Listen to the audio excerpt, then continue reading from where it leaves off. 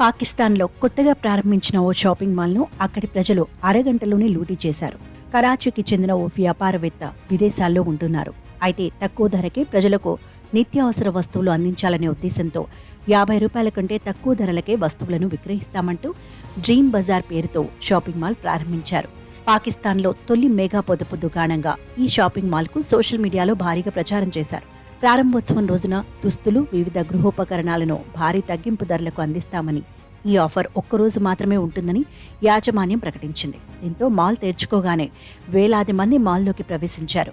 Mall బయట ఏకంగా 1,00,000 మంది వరకు వేచి ఉన్నారు. అయితే ఆ రద్దీని కంట్రోల్ చేయడం సెక్యూరిటీ సిబ్బంది వల్ల కాకపోవడంతో యాజమాన్యం కూడా చేతులెత్తేశారు. అక్కడికి వచ్చిన వారంతా చేతికి అందిన వస్తువులను తమతో పట్టుకుపోయారు. ఇంకేముంది, షాపింగ్ మాల్ ప్రారంభించిన అరగంటకే మొత్తం లూటీ అయింది.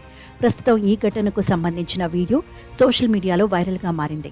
అయితే ఈ మాల్ను అత్యంత రద్దీగా ఉండే కరాచీలోని గులిస్తాన్ ఏ జోహార్ ప్రాంతంలో ప్రారంభించినట్లు అక్కడి సిబ్బంది తెలిపారు.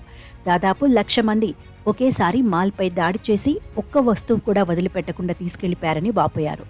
మాల్లో పరిస్థితిని నియంత్రించడానికి సెక్యూరిటీ సిబ్బంది తలుపులు మూసే ప్రయత్నం చేయగా బయట ఉన్నవారు కర్రలతో గ్లాస్ ఎంట్రీ గేట్ను పగలగొట్టి లోనికి చొరబడ్డారని పేర్కొన్నారు. దీని తర్వాత మాల్లో పరిస్థితి చాలా భయానకంగా మారిందని చెప్పారు. మరోవైపు మాల్ వెలుపల వేలాది మంది జనం గుమిగూడడంతో నగరంలో ట్రాఫిక్ కూడా నిలిచిపోయిందని తెలిపారు. షాపింగ్ మాల్ను మధ్యాహ్నం 3 గంటలకు ప్రారంభించగా అరగంటలోనే వస్తువులన్నీ ఎత్తుకెళ్లిపారని అన్నారు.